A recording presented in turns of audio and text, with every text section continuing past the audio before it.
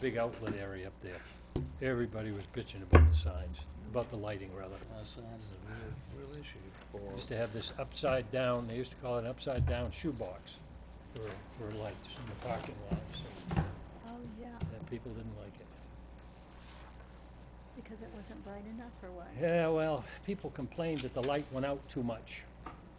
That's how they came up with those they referred to them as upside down shoebox lights, so that they wouldn't go out into the neighborhood.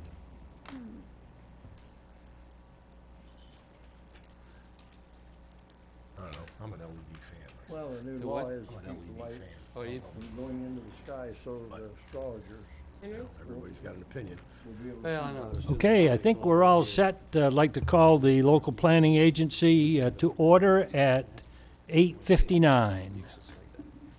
And will, Debbie, could you call the roll, please? Chairman Byrd, Here?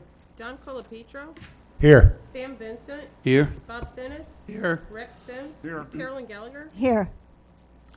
Okay, the first order of business. Good morning. We Good got- morning, how are you? I'm doing well. Alex Boswell, Ebersol, Assistant City Attorney.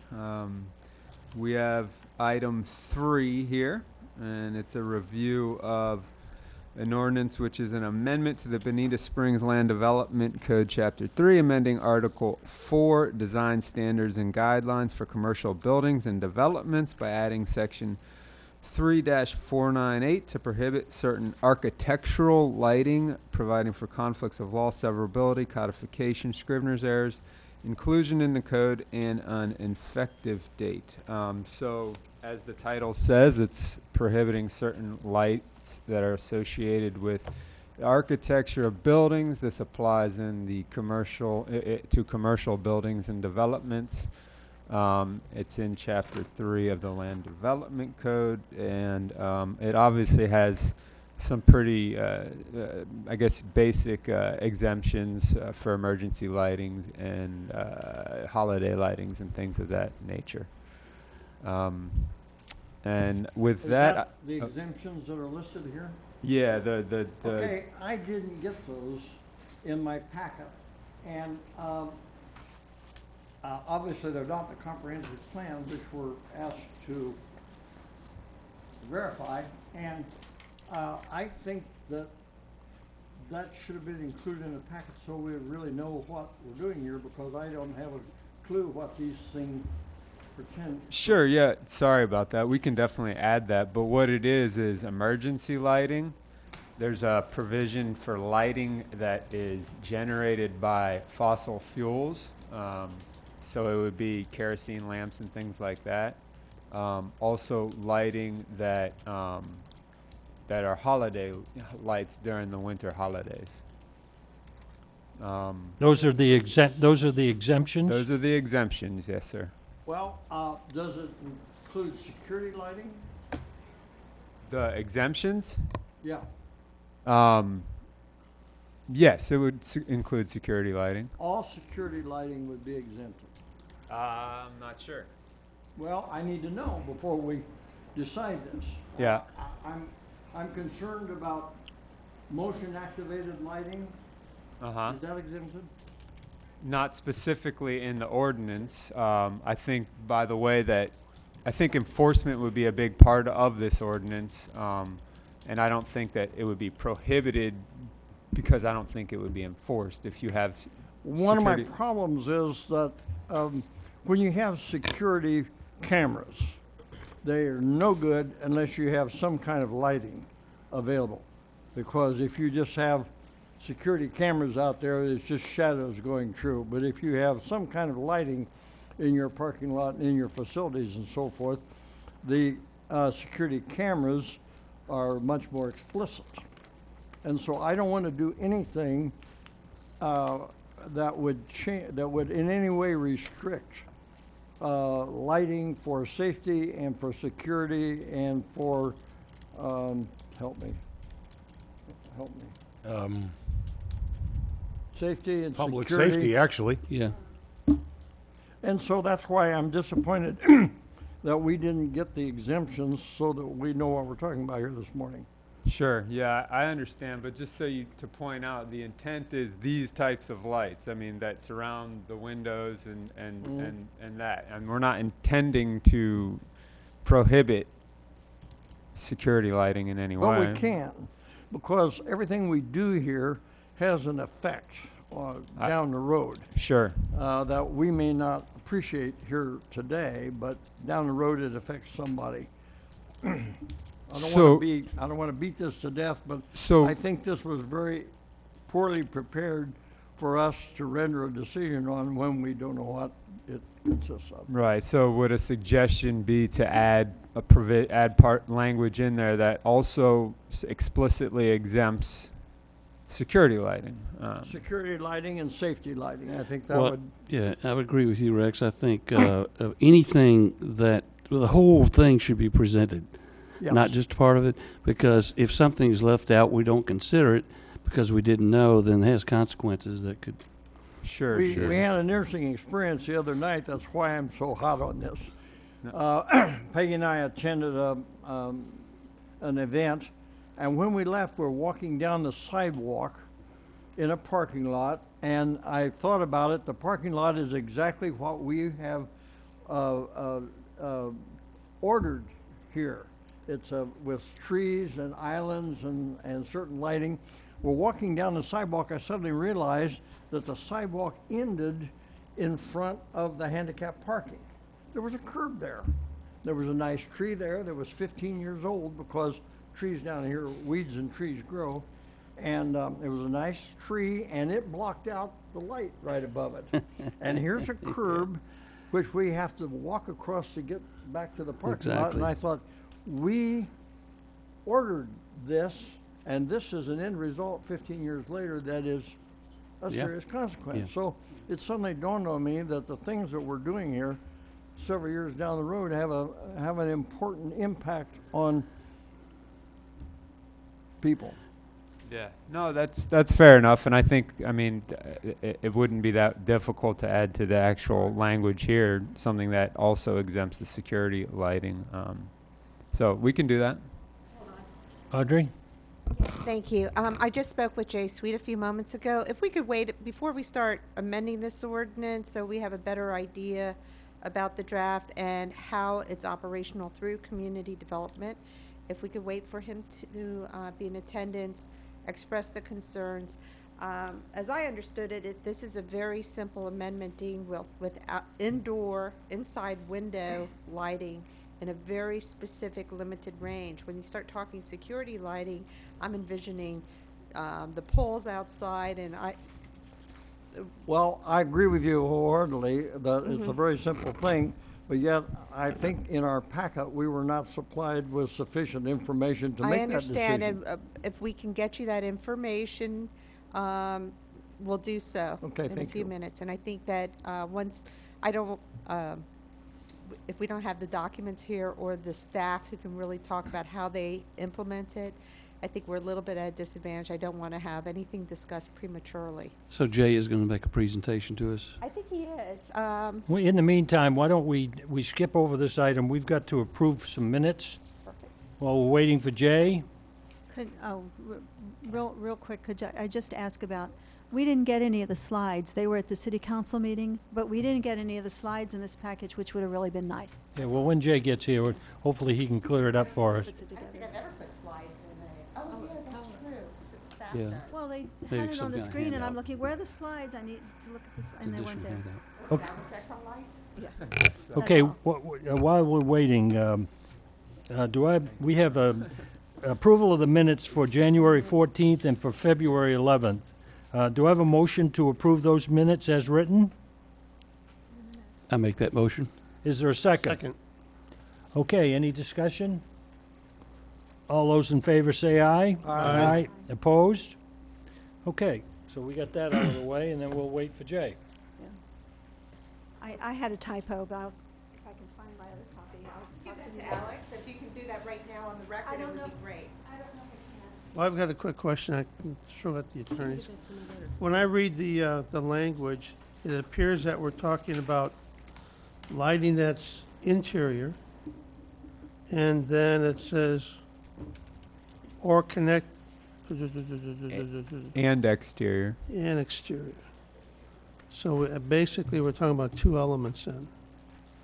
Yeah, and the intent with the language for the interior part was the immediately adjacent, to make sure we're not prohibiting someone from having just Right. a lamp on inside their bedroom or something like Yeah, 'cause- that.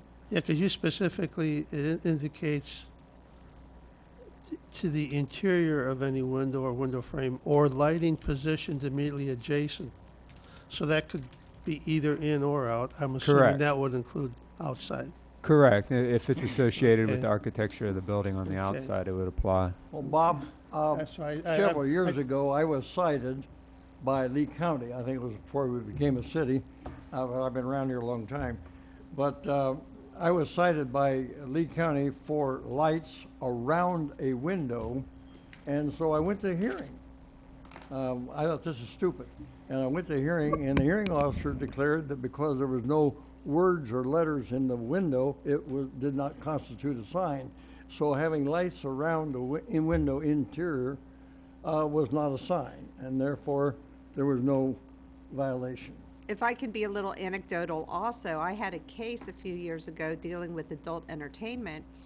And of course, the content of what was internal to the store was more of the concern as to whether or not it was at the right location for something that was an adult business or sexually oriented business. But I think the part that drove me crazy is they also had lights around framing the window, and that part didn't bother me necessarily, although I understand the aesthetics concerned. It was the fact they were flashing to attract people to the store.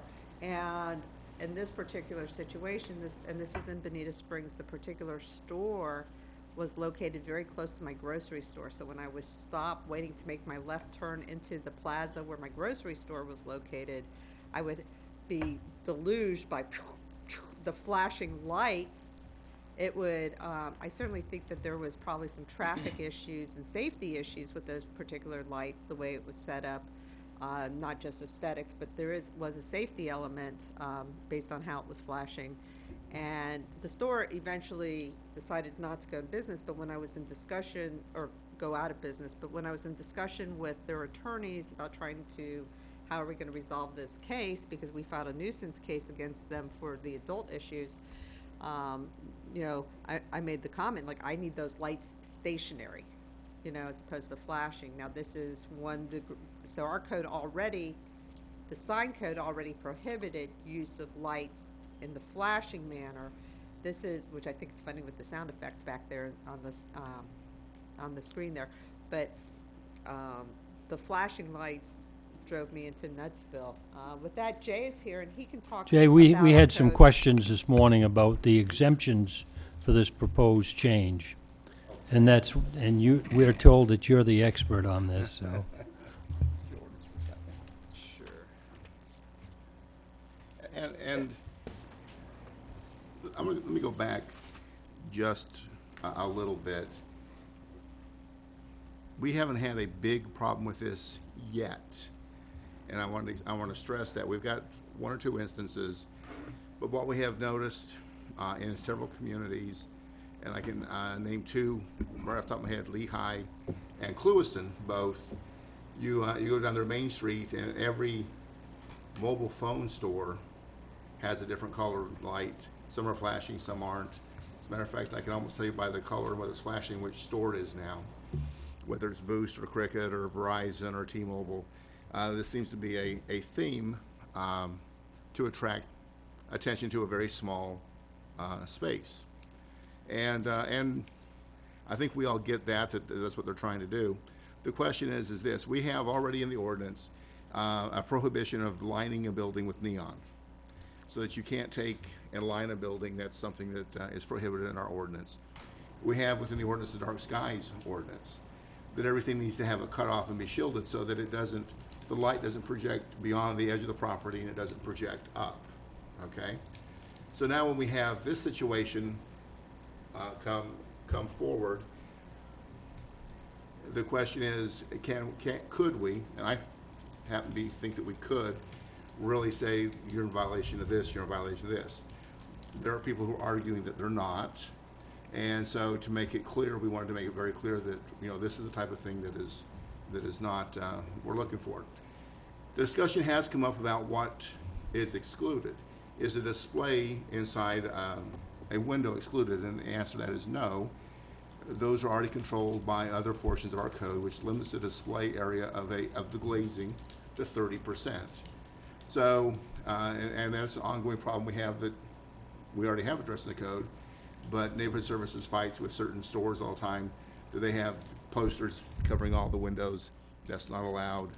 The display can't be more than 30%. You can have your open for business sign or your closed sign or your, you know, beer for sale sign inside the window, as long as those things don't exceed 30%. So those things are addressed. You're allowed to have a display window. So if you have a dress store and you have a window and you want to have a mannequin and put your dresses there, that's fine. What we're concerned here with is a safety factor. When it's flashing, obviously thinks that is that we can address that. But then just the aesthetics, as we try to create, especially the downtown, having the aesthetics be more uniform. You know, we have downtown already lighting for a sign has to be goosenecked and come down. This isn't dark skies compliant, and so this is a whole variety of issues. But as far as the issues that people have asked about, they really are covered elsewhere in the code, that they're allowed within certain parameters. Well, the question came up from Rex this morning about security lighting for cameras. Lighting that will allow cameras to show what's going on rather than just showing shadows. Is that an exemption in the current? Within our lighting code, we do allow for some security lighting. It is limited and it can't go off the edge of the property. So there is still some minor shielding for security lighting. I'll give you a perfect example. You're probably familiar with Buffalo Wild Wings. Buffalo Wild Wings came in and their lighting plan didn't meet our code. They changed the lighting plan. Then when they installed the lighting to the original plan. And that became an issue. And what happened is that they had all their lights shining up to accentuate things. And they had bulbs that were hanging down and they weren't cut off, and so the luminaires were spreading out. They also had a security light in the rear. If you go by Buffalo Wild Wings now, you will see that the fixtures have been changed, the cutoffs are properly so we don't get the dark skies, that the luminaires that lit up the building, that those have been changed, so only architectural features are lit up and it doesn't bleed out into the sky. If you go back to the security light, you'll notice a very small shield, but the back area where the loading the zone is very bright, because that was a security feature. And we looked at that and said, yes, you know, as long as you don't bleed off the edge of the building, and as long as we have a cutoff, and when I mean a cutoff, basically a shield that as the light's here, it's not projecting straight up into the air and violating dark projects skies. out then. It projects out. And so there are exemptions. The big thing is that when we do our final inspections, making sure that people have installed them correctly within the ability. And there's one that, you know, they made a mistake on their fixtures, but the security was just literally an adjustment, and they're fine. Jake? Say what you, Question that I had in the beginning is under the exemptions that are listed here, they were not included in our packet.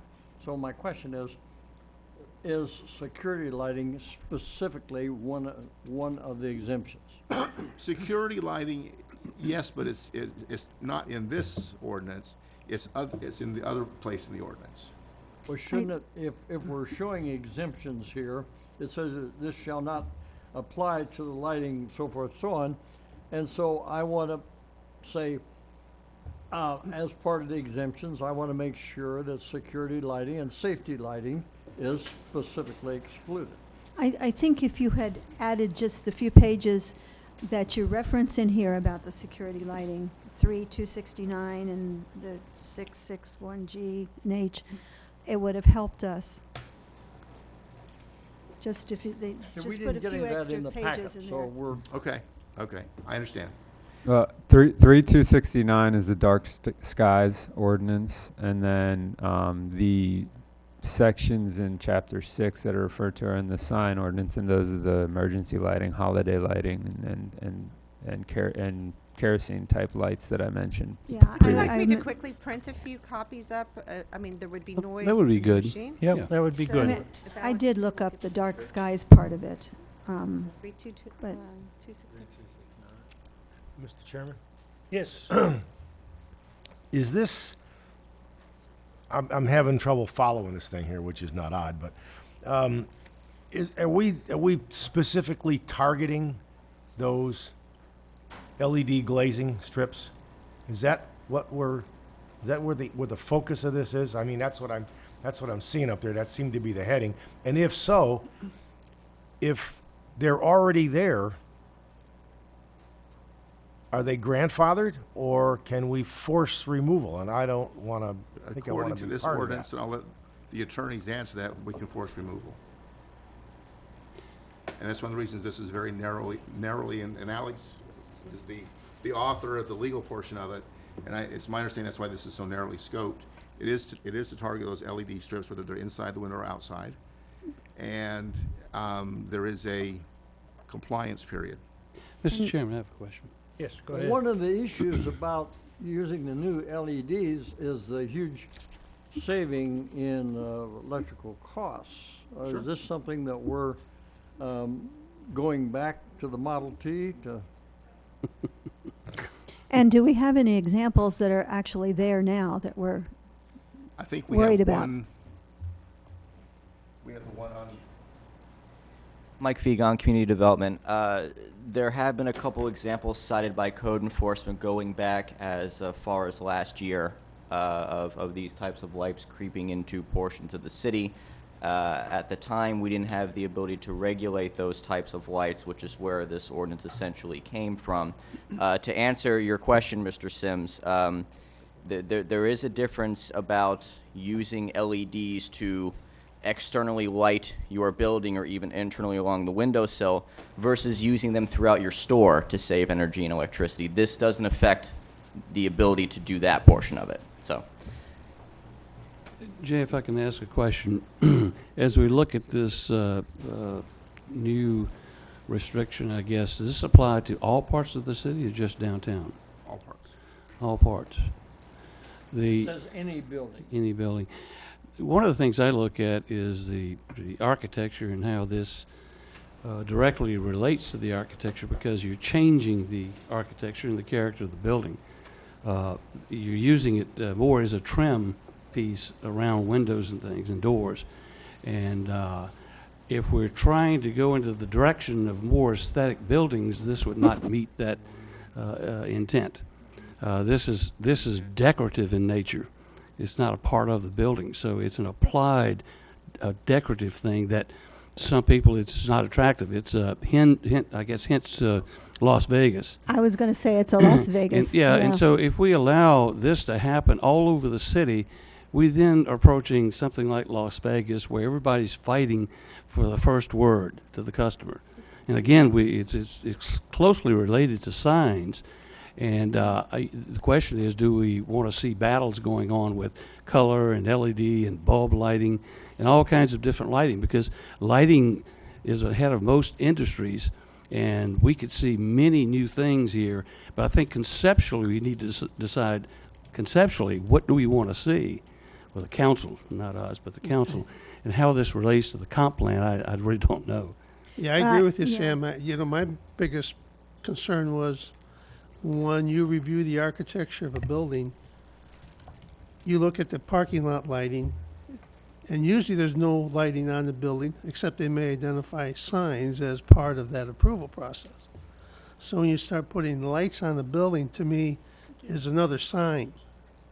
And it takes away from that architecture, which means you revise the approval of that building when it went through the approval process. You do. And in most cases, I found that lighting like this is just not in good taste.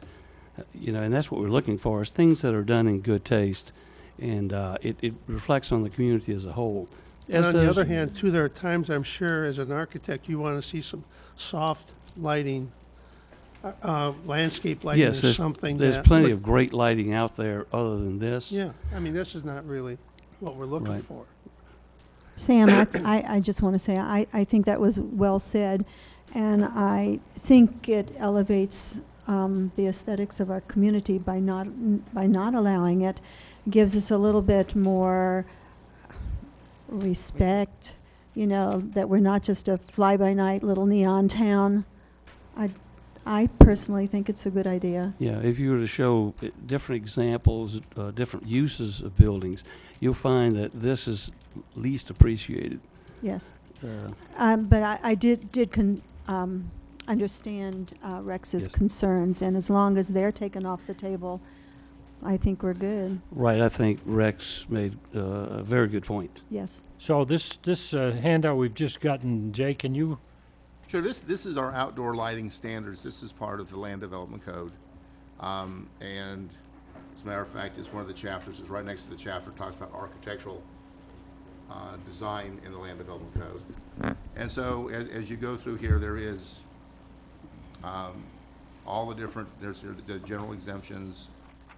Emergency lighting required for public safety is exempt, and hazard warning lights, et cetera. Outdoor lighting fixtures that are, you know, that are basically, if you have a kerosene lantern or something, no one's going to come and get you for that. The low wattage holiday decorative lighting fixtures are allowed with certain standards. Lighting public roads are exempt. Outdoor lighting for single or two-family residents is exempt. And then we get into all the individual standards, and we talk about luminaires and intensities as we go through, and they gotta be fully shielded and cut off, and so forth. And if you have non-residential canopies, how they can be lit. And then the very last page on page 5, item H is security lighting within public or private rights of ways. We have included that to include parking lots, because that's sort of a private right of way people are access. And so here is the standards, if you will, that allow that to happen. And like I said, you can see all around town where we've permitted them here recently, and the security lighting is allowed. Yeah. I got a quick question. On the first page, C2, about the natural, or the fossil fuels, kerosene, gasoline. What about natural gas, and where they sometimes have a natural gas lantern or something outside that burns all the time? Where does that fall? And is that a problem? Or what's the thought about allowing the fossil fuels, or not allowing them? Or Well, they're exempt, and I think. is that because they're just not that bright? Well, I think it's because that's probably just a carryover from back when people were still had some gas lit, and you might want that in some, you know. Okay, but you didn't put natural gas in here. Is that exempted or not? No, I take that as exempt, the same as. so those ones of fossil fuel and kerosene, this would be ambience Yeah. lights, like at a restaurant, something Yeah. like that? Okay, or it could be portable. I There don't could know. be a lot of these That's heaters. something that's been in the code, you know, since day one. Yeah. And it's actually a carryover from the Lee County Code. You know, Jay, it's kind of interesting, the outdoor lighting standards, according to A, I think, says where we're headed with this is to curtail and reverse the degradation of the nighttime visual environment. And that's part of what I was talking about, and the concept of how lighting is used based on use. Is it a degradation of that? Does it violate that? And to many it does. To this retail person, it probably doesn't. Well, I think personally, as well as professionally, that when you have a community standard, and you try and you think about the community standards as a whole, in that you have the dark skies, you have certain architectural features, we have a mobility plan where we want the community more walkable, more friendly to be walkable, and so forth. that's exactly the point, is that you don't want to take anything away from the, for lack of a better word, the ambiance, the character, the feel of the community you're trying to create. And I think that these type of lightings definitely do that. And I think that you're well within your right to control them based on that. Rex, does this answer some of your questions? Yeah, I think that now we have some supporting literature that we can understand more what the theme is here. One of the points that I need to bring with Jay is that 25 years ago, Old 41 area was a crime-ridden, drug-ridden section of town. And when we became a city and started hiring our own police force, one of the things that was done was increase lighting in the area. And by increasing the lighting, we increased the safety of the area, and it's changed 100%. And I think that it's important that safety lighting and security lighting and everything be allowed at the fullest extent to provide a safe environment for everybody in the community. And we know that that works because it's worked here. But having said that too, there is, it's fairly easy to design that kind of lighting so it doesn't conflict with what we're trying to do. Exactly. As a matter of We fact, can have both. the very first time I saw it, I was going to Orlando, and I got off the turnpike, and I pulled up to a brand-new racetrack gas station, and they have a very strict lighting code up there. Underneath the canopy, and I could see it, it was as bright as day, but not one foot candle came off the edge of that property. It was pitch black off the edge of the property. And I could look up and I could see the stars. I could literally step 1 foot over and see the stars, and so it was dark skies compliant. I got underneath that canopy, and it was like daylight. You could work on a car, you could do anything you wanted to. And so we're able to design it, and one of the reasons we're able to design it now is that the lighting industry has changed so much. But we gotta be careful that it doesn't change to our detriment also, and that's the reason we need additional regulations.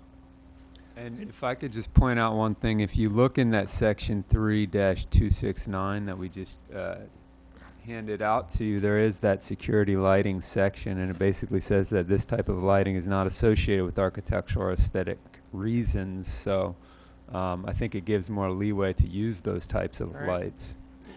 I'd like to add, as we look at this example up here, we need to decide whether or not this type of lighting, what it's for, why it's there, because I can change the design of this here where you don't see the lights, but what you get is a halo that defines the perimeter of that opening.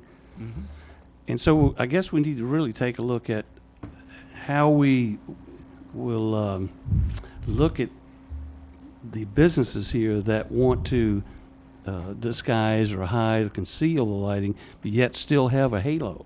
You know, is a halo, is that considered part of the architecture? Is it part of advertising? You know, just what is it?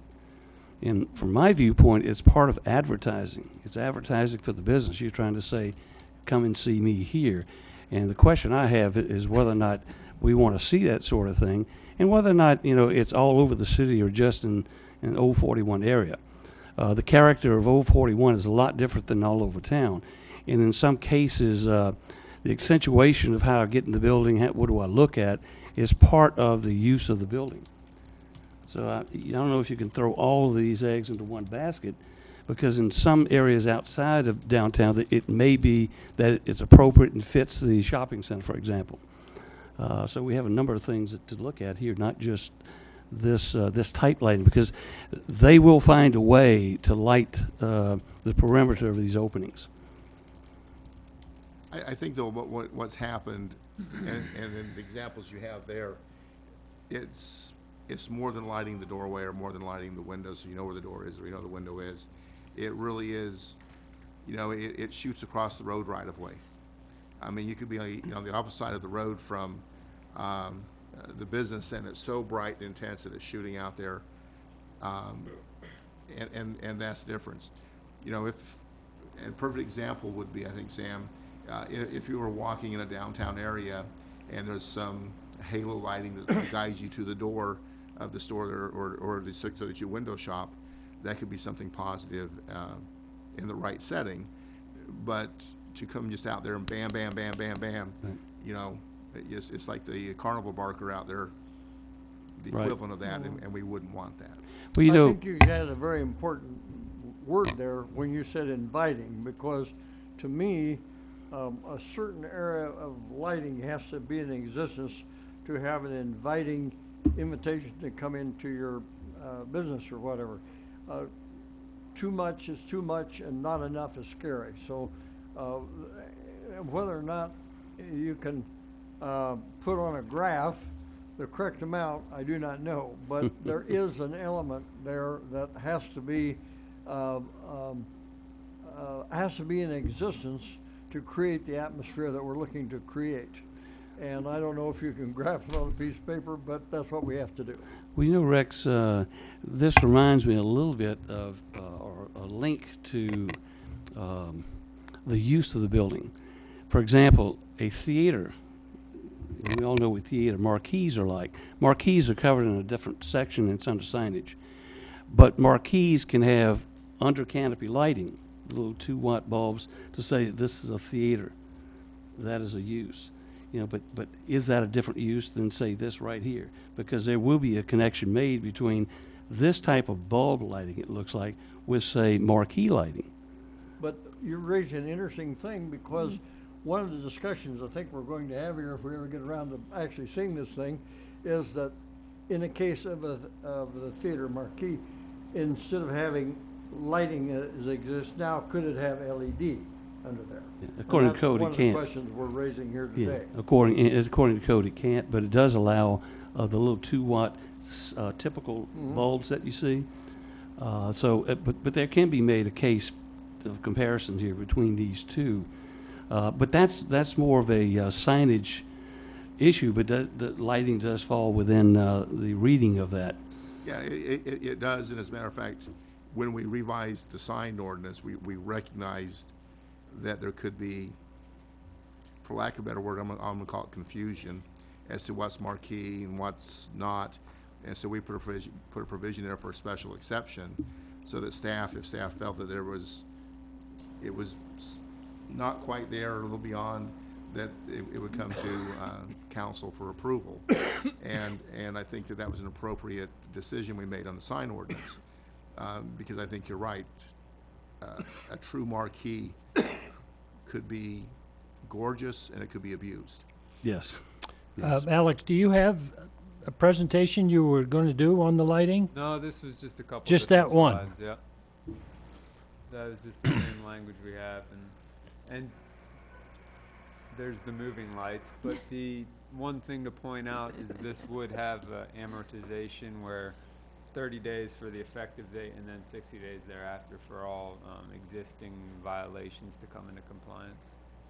Alex, does this apply to other types of decorative lighting on the building? Let's say we want to light a building, and it's a different character altogether from off, in front of the building, and light the facade of the building, certain aspects of the building. Would this have a section written to address that?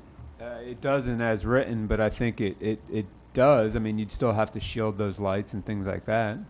Yeah, because this is an example of one type of lighting. There are many other types of lighting in the world today. I mean, we can put on a show on a building facade very easily. And so in lighting, we have for trees, landscaping, and in some cases, buildings like to light certain aspects of it. So I think if we're going to have an architectural lighting section, we might want to look at other possible uses of building lighting. Sure. Do they have anything like you would have a small light focused on a sign? Do they have anything where you could have a low wattage light on a building facade that doesn't come out past the building? The answer, Do you know what I'm saying? yes. Just low level, like the halo, just low level, not glary. I mean, it would be facing, wouldn't be up, but it would be a little angled up. A perfect example was, I'll go back to Buffalo Wild Wings, because we had a lot of heartburn when they came with their plans. We got the plans right, and then they built it wrong, so they had to go back and change it. And so it's a good example, I think, to show. And one of the things originally was they had a light fixture that had a light coming out the top, light coming out the bottom, and they just stuck it on the building. Well, they wanted to shine it up, and they put some architectural features on top of the building. They want to show it, but it didn't really do it because it was just stuck there. Once they put the shielding on, and for lack of a better word, bent it, and of course bent the bottom at the same time, and then the light hit the architectural feature, and it's not bleeding into the sky, then it became compliant and accentuated the architecture, a more attractive building. That type of thing can happen. And that's those provisions between the sign code, which addresses certain aspects, the outdoor lighting code, which we have here, and even the architectural features that are in the architectural code. There are those opportunities. I'll give you one that I just told the people they couldn't have 2 days ago, and that is the Hampton Inn over here is remodeling, and they wanted to put some lighting up to light the top of the building up. And we said, the way that you have this, it violates our code. You need to provide a plan that meets our code. And the brand wanted to do one thing, the owner wanted to do another, and I think now they've decided they're going to leave it the way that it is, just remodel and not try to put this crazy lighting, because even they gave us an example, and in daylight, it lit it up so much in daylight you could see it was bleeding off the building. And I'm like, no. Again, it's not Las Vegas. On the other hand, you know, if you have some nice moldings and cornices and stuff on the building, you might want to accentuate that. But we're very careful that it meets the requirements of the standards we have. Okay, if I could say something, I think that is important to look at here as we expand this lighting code. That I know the project you're talking about, they wanted to accentuate the molding on the building. But conceptually, is that what we want to allow, or we don't want to allow that sort of thing? Lighting you were talking about is called template lighting, where I can light a very small part of a building with a template in the lens. And that will come up. Designers will figure out how we want to make that work. And for us, how do we allow decorative and creative lighting, but not allowing the stuff that is not quite as talented and tasteful? Is that a special exception, or? If I I don't may, know. I think No. that would fall into one of the exceptions under this 3-269. So I think that would fall into that section where it's 3-269 C2. D2, I'm sorry. Those luminaire standards there, if you look all the way down at F there, I think that what you were just speaking to, and I could be wrong, but I think that Where are you? F on Is that page Page 3. yeah, it's on page 3, and it's, you know, there's subsection 2, subparagraph F, middle of the page on page Yep. 3. Thank you, you're exactly right. How do you- Sam, will you explain to me exactly what you're talking about in lighting the top of the features of the Yeah, building? what this is talking about under F is that if you want to, say, conceal a continuous light under a cove molding, where it just sort of creates Kind of a a light glow. glow on the wall, that's what it's talking about here, that you can do that as long as the light is not shining up. But don't see as much here as you might be in larger cities with the Well, I see lighting. at CVS, for example, and exactly what we're referring to here. At the CVS store, all the way around the front, Right. up at the very top, is a fluorescent, continuous fluorescent light, and I think it's shielded so that it comes down, but it does light up the front of the Yeah. building. right. And so I'm looking at, is that the feature that you're talking about? They want to illuminate the building itself? Yeah, that's, how would you say, one solution for that type of lighting, is to shine it. Now, wall washing is what it is. And using LED or using a fluorescent tube is a good way to do it because it's a softer light. And so for us to make a lighting code here, are we covering all the situations? And Alex just brought up one here under F, that it could be covered under this. And what it's saying here, basically, if you read between the lines, is as long as you're not shining up and it's in good taste. Very subjective term. Well, I gonna don't bring know that- that CVS is in good taste, but I noticed they only have 2 lights in the parking lot. And so that illumination in the front of the building does illuminate the Yeah. parking area, make it very secure and so forth. Yeah, and, you know, are we infringing on the right to make a statement about who you are, your image, and you're there, and for people to find you? You know, we're infringing on that is the real question. You know, that's difficult to legislate aesthetics. Yes. I mean, you could write a book and keep adding and adding and adding, when really it takes individuals with expertise in that area to make that decision.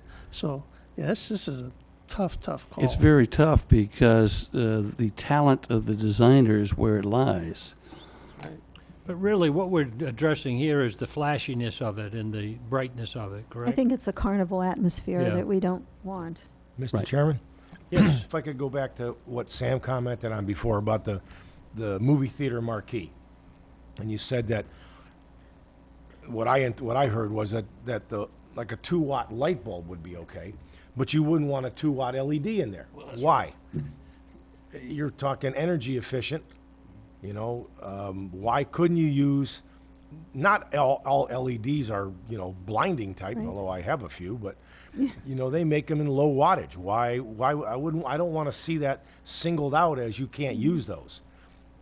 You know, there need to be parameters, I'm sure, but Well, maybe They you make use 'em. fewer of them instead of so many. Well, But- again, And if they're shining down and if they're on, it's such low wattage that it doesn't go very far. It's just to highlight the underside of the canopy. And LEDs could be used because you can buy very warm LEDs. Correct. To get Right. the same You effect. can. Right, and to And be clear, this amendment doesn't specifically single out LEDs. Okay. LED lights could fall under this ordinance. The LED prohibition, as I understand, it's more in the sign code, LEDs that are illuminating Okay. signs. But isn't it true that a lot of this is taken care of when people come in with their application, correct? Yes, And the ones that are not in compliance, this will allow you to to make them go come in away, or, compliance. okay. Yeah, Now- this is becoming a retrofit, and frankly, what's happened is that LEDs are, you know, much more energy efficient. The amount of looms you get for the amount of energy is incredible with those.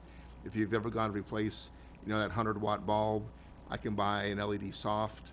Now it's a much more expensive bulb. That 100-watt incandescent, and it's only using like 4 watts to be equal to a 90-watt. So they're much more energy efficient, and it's the way of the future. Everybody's going to be using them, and why wouldn't you? But the idea is that they can also, because of, you can get one that's just a little higher wattage and it has such power, and they don't have the warm-up time of fluorescence and everything else, so they can bam, bam, bam, they can be that flashing, intense light. And there's where, what we don't want, you know, I call this the equivalent, and I've already said it once, but this is the lighting electronic equivalent of a carnival marker yeah. to get you into the store. That's what this is, and that's what we don't want. I'd like to say that I'd like for us to not allow the lighting around windows and doors like the example we saw here. I mean, that's my feeling. The ordinance doesn't specifically prohibit that, and this doesn't. They can still line their door, they just can't do it in a bright fashion, that's right? Correct. What you They can saying, shield Sam, it is you and- want to change that? You could halo light it, but not. Not have exposed like lamps and things on there. So if you want to conceal the lighting, you're going to get a different lighting effect. It's going to be a softer light that gives you a more tasteful. Yeah, couldn't you do something on top of the door that was shielded just Sure, above the door Yeah. that sort of just Those kinds of things, but- was on the door and only Right, illuminates the door? right. And where you don't have this light string that runs around the Yeah. window like a Christmas decoration. Yeah. That's what. Yeah. Yeah, Don't really like, Yeah. and I don't think we should allow that. yeah. Any I other agree. comments? I'd like to see us move could- on to see if we can act on this. Could I ask a question? Maybe it's a little premature, and maybe just file it for future. But there is a possibility down the road that we could have a casino in Bonita, since it was approved to have a casino, and they're trying to sell the dogs. Had you given any thought to how that would that be an exception to some of these rules? Or would you have, have your own rules for a casino? Would you say no to a casino? The, I- the answer is I'm just yes, curious. we thought about it. Okay, And that was also one of the reasons for putting the special exception in the sign code for something that's not addressed. Because if that ever does happen, we would anticipate that there'd be a lot of things that people would want to consider. But for lack of a better word, the good thing is that the property that it would be going on would need to be rezoned. We have a development agreement. Right. With and I would, well, Jay's saying some things here, he's speaking, I think we'd have to look at the development agreement as to not just zoning, but also lighting and how to address it for compatibility. But it Right. has to be in confines with that development Right. agreement. So that's where I was headed, is that it's going to have to go through the normal process. There is an agreement with the dog track should this happen as to certain parameters, but it still doesn't mean they don't go through the normal process. so you would treat it as an exception? I Are you, think it would you would- have rules specifically for a casino if we had one? Well, see, and the thing is, I don't know that, because I don't know when I went to Las Vegas the first time 30 years ago, it's a different Las Vegas now, okay? And how they do their signs and how the hotels are built and how all the attractions, it's not the glitz and the bulbs and the same as that it used to be. And so I don't want to prejudge what might come in, and what might come in may be totally within our standards without any requiring special exceptions. That's very true. You just But- have to just kind of decide what you want to have. I mean, you could have a very tasteful casino with a nice fountain in front, Sure, or you can have neon lights and glitter, sure. heaven forbid. How do we feel about going ahead and Yeah. moving I'm done. along on this change? And are there any other further comments or questions on it? And Sam, do you feel comfortable making a motion? Yes, I'd like to make a motion as written to adopt this. Is there a second to that motion? Second. Second, moved and seconded to adopt the change. Any comment from the public?